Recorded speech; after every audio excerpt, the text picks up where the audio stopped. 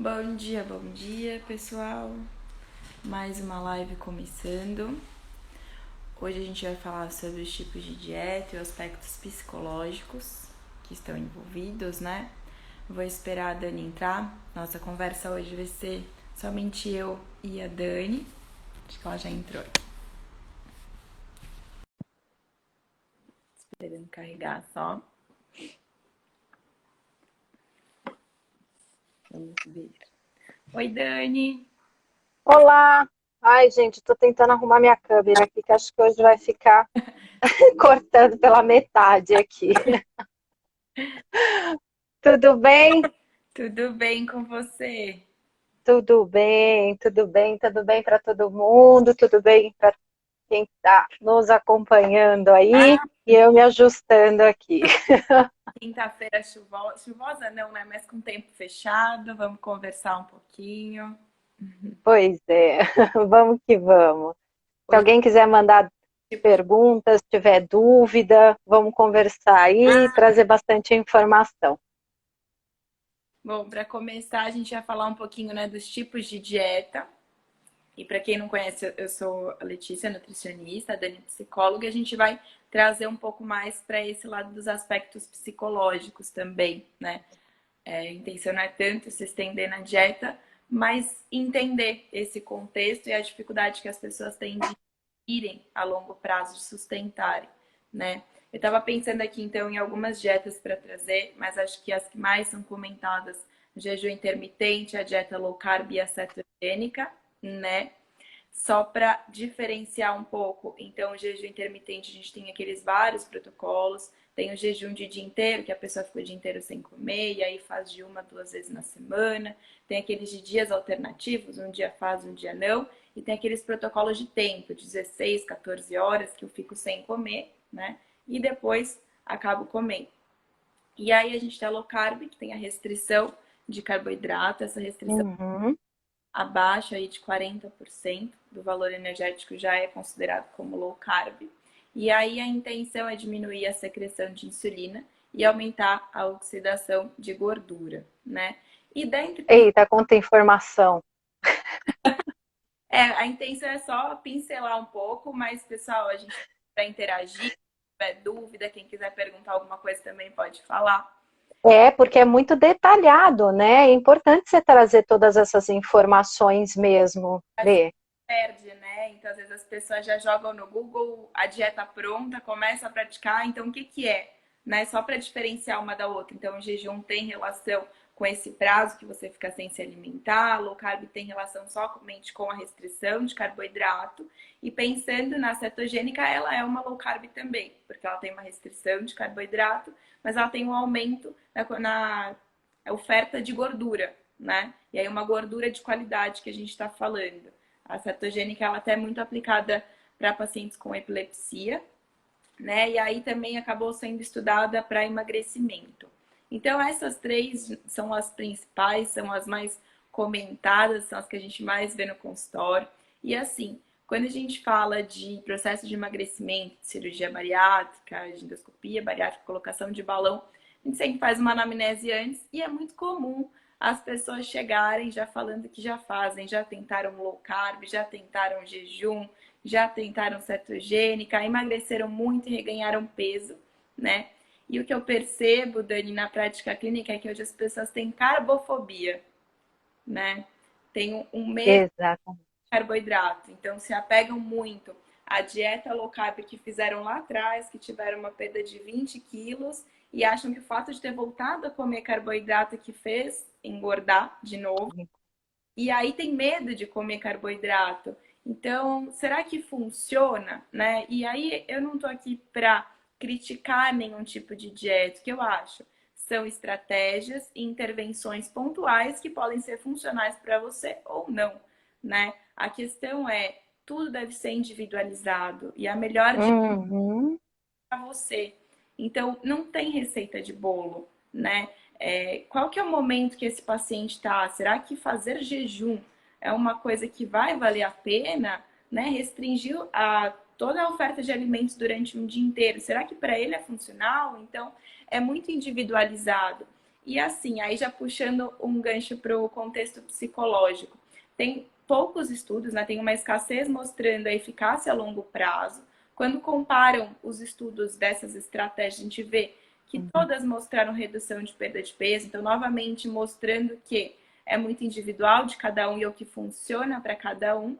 Mas também a gente vê que tem alguns estudos apontando um risco de compulsão alimentar, né? Sim. Tratando dessa restrição calórica aí a longo prazo. E aí, eu estava pensando aqui antes de fazer a live, eu lembrei de uma coisa muito importante. Quando eu fiz o aprimoramento em transtornos alimentares no Ambulim, eu ouvi uma frase que eu nunca esqueci, que é: nem toda dieta gera um transtorno alimentar, mas todo transtorno alimentar, ele vem de uma dieta, né? E aí, Dani, eu queria entrar um pouco nessa questão psicológica para entender a questão da frustração, entender se pode ser de fato um fator desencadeante para um transtorno alimentar, o que Uhum. de tudo isso, porque na teoria da nutrição é isso que a gente tem. Mas pensando no aspecto psicológico, por que é tão difícil a pessoa sustentar? Então, porque assim, né, na verdade, né, a gente avaliando essas dietas restritivas, na verdade, ela já pode desencadear, na verdade, a baixa autoestima, né, por causa de resultados. Ela já pode desencadear a depressão, né, e às vezes o resultado, inclusive, né, desenvolver aí a própria compulsão, né? Esse tempo extremo de eu ficar muito tempo sem comer, quando eu passo a comer, a minha fome pode estar muito mais intensa. E, obviamente, eu acabo exagerando na dose alimentar, né? E muitas vezes, se a gente jogar num padrão generalizado aí, que a gente sabe que acontece, muitas vezes a pessoa deixa de comer no período diurno, né? Então, já que eu estou trabalhando, eu vou focar no meu trabalho, vou focar no dia corrido ali, vou focar. Então eu deixo para comer quando eu chegar em casa. E aí, obviamente, a pessoa ela está com aquela fome extrema e acaba abusando na quantidade alimentar. Então, isso vai desencadeando a compulsão. Então, tem que tomar muito cuidado com isso. E, obviamente, exagera na questão alimentar e aí vem um sentimento de culpa na sequência. Por que que eu exagerei? Por que que eu comi tanto? Eu não deveria ter exagerado. E aí começa esses sentimentos de questionamento no pós. Então, isso vai desencadeando toda uma questão emocional envolvida na questão da alimentação. E aí vem de novo. Então, não vou comer mais. Vou focar de novo no dia seguinte, sem exageros. E aí começa essa rotina.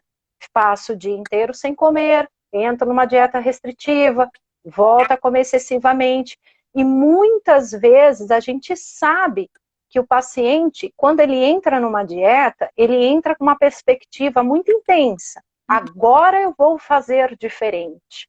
Desta vez eu vou fazer, né, de uma forma com mais intensidade. Ele entra com uma expectativa diferente. Só que, na prática, às vezes a gente sabe que é diferente. Então, o que que acontece? Ele entra com muita, vamos dizer assim, com muita intenção, ele quer mudar tudo da noite para o dia, certo? Ele quer, de repente, ele esquece que a rotina dele continua exatamente a mesma, certo? E aí ele quer só focar na dieta. Só que, obviamente, ele não vai dar conta daquilo, né? Ele não consegue mudar a perspectiva dele da noite para o dia. E aí isso tudo gera uma frustração. E aí por isso que ele abandona a dieta, por isso que ele não consegue dar conta da dieta, e aí vem esses sentimentos de já que eu não dou conta, então eu vou ser o gordinho feliz, eu vou comer mesmo, eu vou exagerar, e aí vem o sentimento de frustração junto com a saciação. E aí acaba exagerando bastante, comendo às vezes excessivamente na sequência, quando acaba desistindo muitas vezes da dieta. E você tinha falado da questão da pessoa trabalhar o dia inteiro e deixar para comer depois, mas também tem aquele sentimento de culpa, principalmente pós-final de semana, que chega na segunda-feira, a pessoa não quer comer, aí se priva, né? Tem essa privação ao longo do dia proposital, e aí chega que eu falo que é na fome 10, que é a fome que você mataria um leão para comer. Quando você chega nesse Exato. fome, é o que você está falando. Eu não seleciono nem quantidade e nem qualidade. Eu vou comer o que tem disponível e eu vou comer rápido. Uhum. Conclusão, eu tenho alimentos de alto valor energético, né, e baixo valor nutricional, e eu não tenho tempo de sinalizar, do meu corpo sinalizar que eu estou saciado. Então eu acabo comendo em grande quantidade, né? E a gente tem essa, a gente, de maneira geral, tem essa ideia de que fecha a boca que emagrece. E não é assim que funciona, né? Quem dera se fosse. Então é muito complexo isso. Não dá só pra gente simplesmente achar que emagrecimento, e aí de novo voltando sempre nas mesmas questões, é uma questão de falta de foco, força e fé que eu repito em todas as lives, porque eu acho que essa frase é bem complicada, né? Porque faz Sim. ela se sentir incapaz, né? Faz ela achar que ela não dá conta, que ela não consegue, que a questão o problema é ela, né? Que ela não tá emagrecendo porque ela que não fecha a boca. E aí, principalmente, a gente trabalha com obesidade, né? A gente vê muito isso no consultório e é muito complexo, né, Dani? Sim, e uma das coisas que eu gosto de trabalhar bastante é exatamente esse sentimento também de culpa, né? E às vezes o paciente também, ele aceitar essa realidade dele, né? Como eu até mencionei, que às vezes o paciente, ele vai no nutricionista, você é nutricionista, você sabe, e não desmerecendo o trabalho, obviamente, mas assim, a gente sabe que o ideal seria identificar primeiro o histórico, né? Qual é a rotina diária desse paciente antes mesmo de eu preparar uma dieta. Então, é sempre o que eu converso com os pacientes. Vá no nutricionista, passa para o nutricionista qual é a sua rotina diária, né? Explica, na verdade, como que funciona o seu trajeto, todo o seu dia a dia, porque às vezes o nutricionista diz para ele, você tem que comer de 3 em 3 horas, certo? Só que o paciente, ele não tem como comer de 3 em 3 horas, por exemplo. Só que muitas vezes ele não se sente confortável de dizer isso para o nutricionista. Ele simplesmente aceita aquela dieta que foi preparada, né, que o nutricionista passou para ele. É que muitas vezes tem muitos nutricionistas, infelizmente, que às vezes não pergunta, né, simplesmente prepara aquela dieta ou já tem uma dieta pronta e entrega para o paciente, né, às vezes só pergunta qual é a perspectiva do paciente de emagrecimento e entrega aquele projeto. Então, o que acontece? O paciente, às vezes, por ele ser, às vezes, a pessoa com quem já se sente culpada, que já se sente fragilizada, ele não se sente suficiente, competente para dizer, olha, mas a minha rotina é assim, assim, assado, dá para ajustar no meu ponto individualista, no meu ponto principal aqui, por quê? Porque eu não consigo fazer dessa forma, porque ele se sente culpado, ele se sente envergonhado de achar que ainda tem, né, que questionar alguma coisa. Então ele pensa, quando eu chegar em casa, eu organizo do meu jeito. Eu troco aquela frutinha que eu não como por tal, eu troco aquele whey por alguma outra coisa que dê para substituir. Então, quer dizer, aquela dieta já não fica adequada do jeito que deveria ser. Então, quer dizer, já começa errado. Então, o efeito, obviamente, já não vai ser o mesmo. Então, eu deixo a dica sempre para que o paciente ele se sinta, sim, à vontade, de que aquela dieta seja especificamente para ele, ele questione tudo que for necessário, que aquela dieta seja adequada de fato para ele e que ele se sinta à vontade. Então vamos fazer uma dieta, olha, eu não consigo comer de 3 em 3 horas, o que a gente pode inserir aqui que seja o suficiente, que tenha um nutriente adequado para a gente. Para quê? Para que esse paciente não se sinta culpado, para que isso já não envolva o psicológico desse paciente, para ele já sentir que ele já está começando um tratamento já errado. que ele se sinta já culpado desde o início de um processo. E, obviamente, vai afetar inúmeras e outras coisas aí que vai ter toda uma consequência e a gente sabe que o resultado não vai ser o mesmo na hora que tiver que ter já um resultado. E o nutricionista trabalhar de forma individualizada, né? Porque Exatamente. estava falando no começo, a dieta do jejum, da low carb, talvez não funcione para mim, porque eu sou um indivíduo com as minhas demandas e as minhas questões. Tem que ser individualizado, né? E aí é papel do nutricionista, quando chega e recebe o paciente, fazer uma anamnese completa, entender todo o contexto, como que é a rotina desse paciente. Ai, atividade física não faço, tudo bem, tem que fazer. Mas tem que fazer, a pessoa associa sempre a musculação. Qual que é o momento que ele tá? Será que se ele for para uma academia agora, ele não vai se sentir mais frustrado? Se ele é uma pessoa que tem uma autocobrança muito grande, quando ele chegar lá, ele não vai se sentir mais incapaz se de repente não conseguir fazer o exercício da mesma forma que as outras pessoas estão fazendo? Então, qual que é o momento, né, que esse paciente tá? Cabe a nós entender também e alinhar isso com. Exatamente. Eu trago muito na consulta a importância da prática de atividade física, sim, porque tem essa necessidade, principalmente quando a gente fala de uma perda de peso, né, depois de um procedimento, onde você entra num platô e a gente precisa ter preservação de massa muscular. Mas qual que é a atividade que faz sentido para você agora? É importante jogar essa bola para a pessoa, né, para a gente conversar, é uma conversa mesmo para a gente realinhar tanto o plano alimentar Uhum. quanto a essas questões e tornar viável. Eu gosto muito de ter esse feedback e de saber o que funciona para você.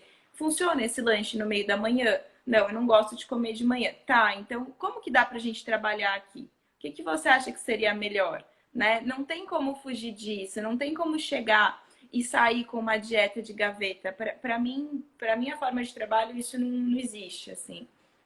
Raquel mandou Ai, participando com a gente aí. Um beijo, Rá. Fazendo falta aqui, hein? temos que auxiliar esse paciente. Exatamente, é o tornar viável, né? Não dá pra gente pensar numa dieta que foi o que você falou, Dani, comer de 3 em 3 horas eu não consigo.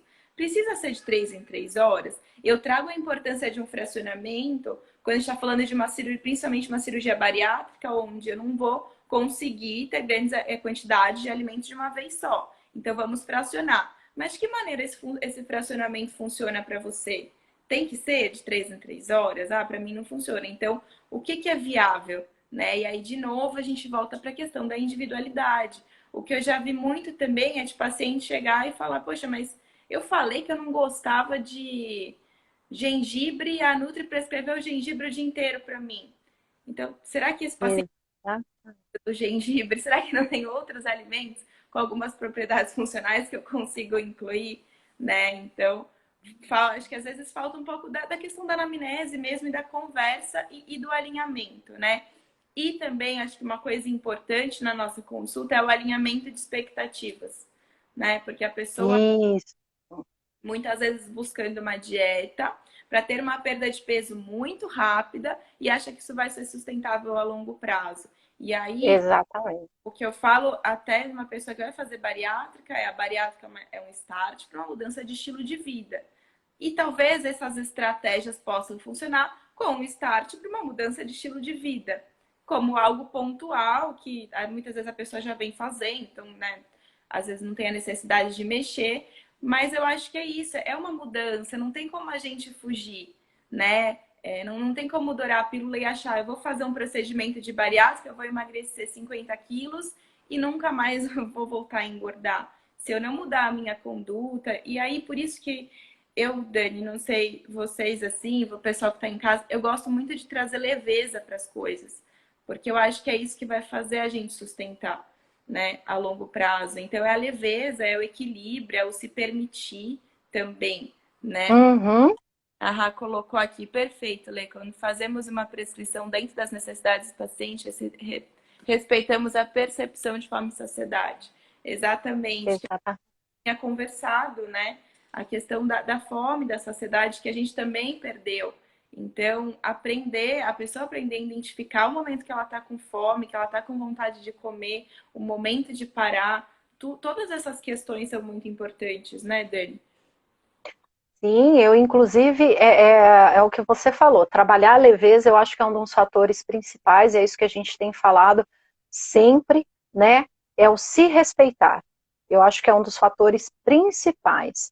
É sempre ir com calma, é sempre ir com muita certeza daquilo que eu estou começando, porque quando você decide entrar num processo de emagrecimento, você simplesmente não muda um fator, você muda vários, né? E obviamente mexe muito com o emocional, mexe muito com o comportamento, né, pessoal.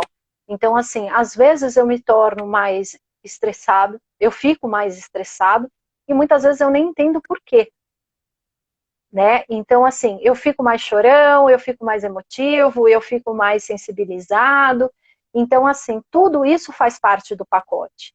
E aí, como é que eu lido com tudo isso?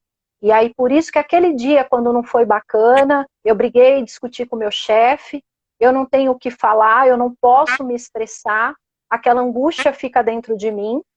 E aí, quando eu chego em casa, que eu sinto a permissão, eu vou lá e faço, né, o famoso sentimento de premiação. Então, assim, já que meu dia não tá bacana, quer saber? Hoje eu vou comer uma pizza mesmo, porque o dia não foi legal. Então, é isso que a gente tem que entender, né? Como que a gente vai equilibrando tudo isso. Então, assim, também quando eu entro num processo de dieta, normalmente às vezes eu já venho com a ideia, eu vou mudar, vou entrar com a dieta, eu vou entrar com exercícios, eu vou começar. Então, quer dizer, normalmente a pessoa entra com várias ideias e várias mudanças de uma única vez só. Então, eu sempre falo, vamos com leveza, vamos com calma, porque às vezes você entrar com várias mudanças de uma única vez só, às vezes você não tem ainda a capacidade psicológica, sinceramente falando, não desmerecendo, mas para lidar com tudo isso. Porque são muitas mudanças. Então, às vezes, você lidar com várias mudanças da noite para o dia, isso pode ser muito impactante. E por isso que você acaba desistindo no meio do caminho. Então, se você, às vezes, exatamente, a pergunta que eu sempre faço, mas você gosta do exercício? Né? Porque é o que a gente está falando, sempre vem a cobrança, tem que ser feito, você tem que fazer o exercício. Obviamente o exercício ele precisa ser feito, é necessário ser feito. Mas eu gosto? Não, eu não gosto. A grande maioria, né, quando tem a obesidade, ela não se identifica com o exercício. Então vamos com calma. Vamos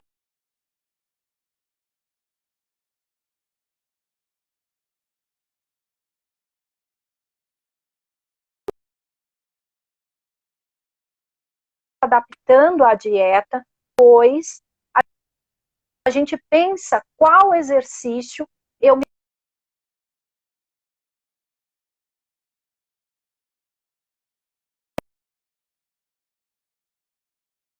volta aqui. Voltou, Lê? Ah, então tá.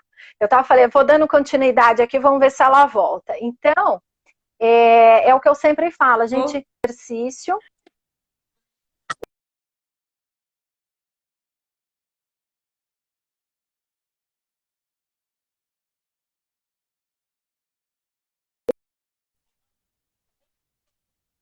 a gente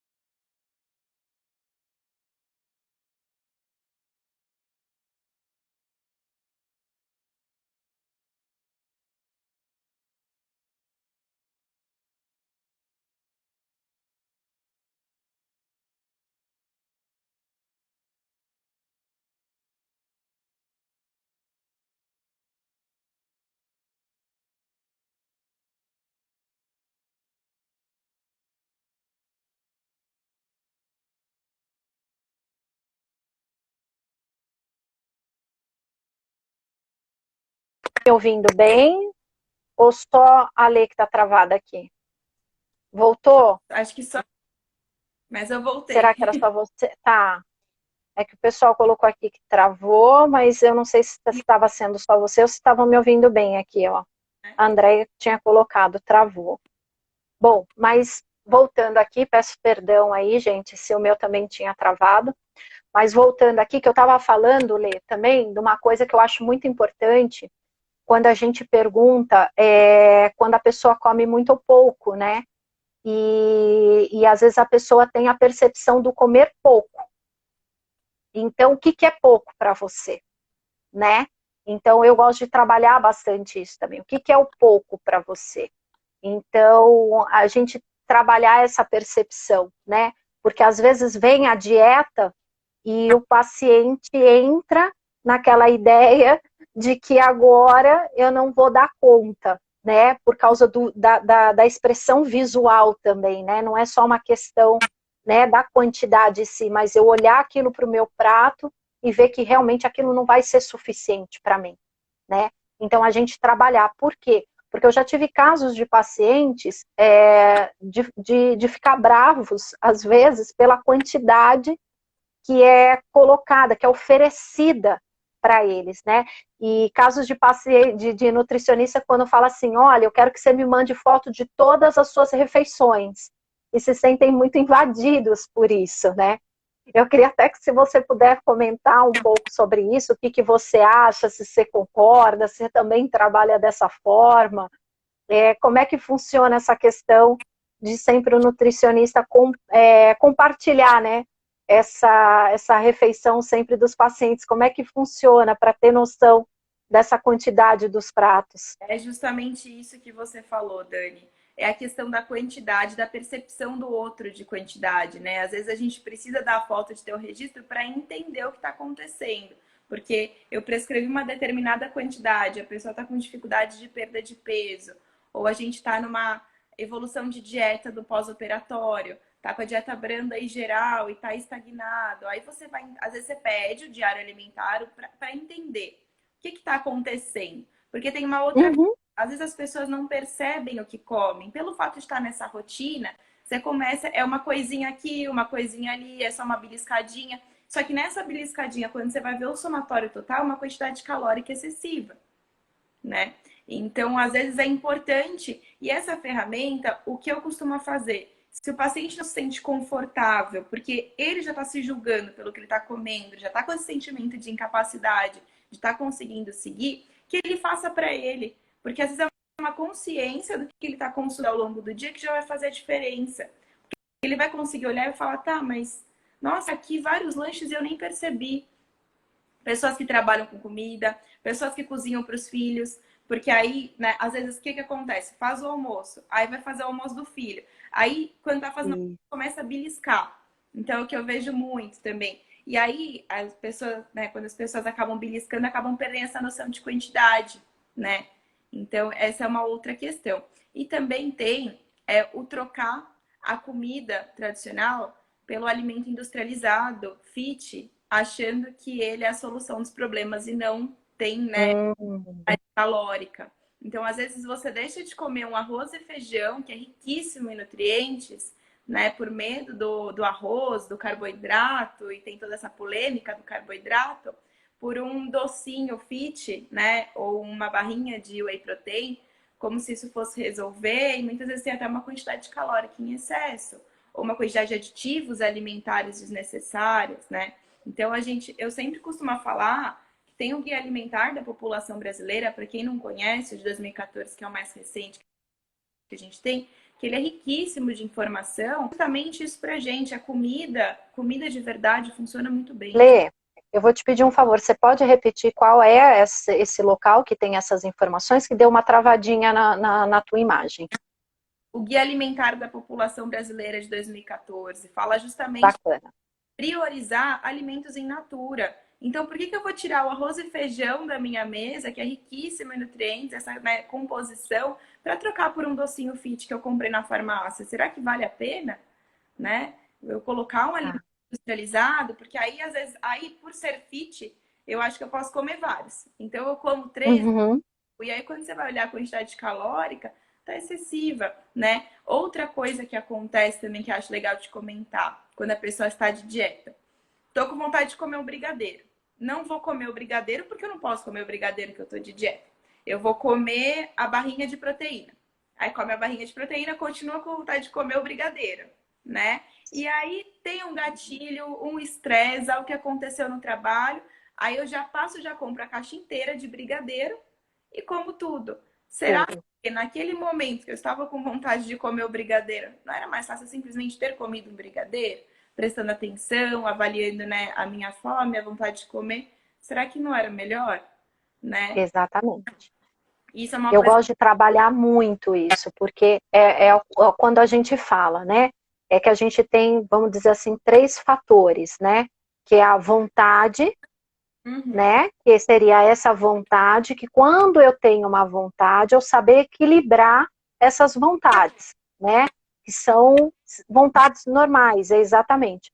Eu tenho uma vontade. A vontade, normalmente, eu gosto sempre de pontuar isso também, que elas tendem a passar entre 10 e 15 minutos, né? Então, assim, pode ser que ela passe, pode ser que não. Então, imagina você entra numa padaria, você vê várias coisas saborosas e você sai daquela padaria. Obviamente, você vai ficar pensando, nossa, a cara daquele pudim, aquela tortinha de morango estava maravilhosa. Mas passou 10, 15 minutos, você esquece daquilo que você viu. Porque você entra em vários fatores, rotina, outras coisas que você pensa, e às vezes você esquece. Mas às vezes pode ser que tenha um fator que você não esqueça. Você fique pensando naquele pudim o dia inteiro, porque você realmente ficou saboreando aquele pudim. Então, se tem a possibilidade, se tem a vontade, vai lá e coma o teu pudim. Você não precisa comer o pudim inteiro, é um pedaço do pudim, saciar essa vontade, porque uma vontade não saciada, ela pode se tornar realmente, de fato, uma compulsão, que foi o exemplo que você deu. Aí eu vou lá e eu vou comer o pudim inteiro. A gente tem também a vontade social, que a gente fala, que seria aquela vontade em que a gente está, de repente, num churrasco.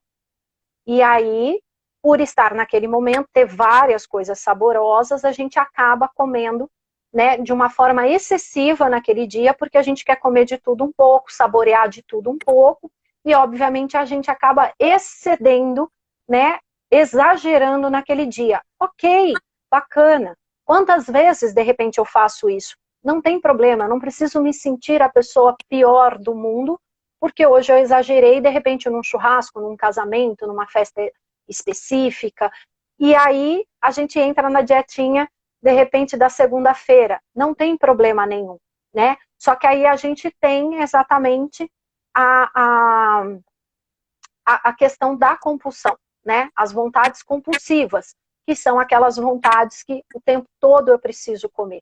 Então é isso que a gente precisa entender. Que tipo de vontade que eu tenho? Que tipo de alimentos excessivos eu estou permitindo comer? Então isso vale a pena a gente sempre se questionar.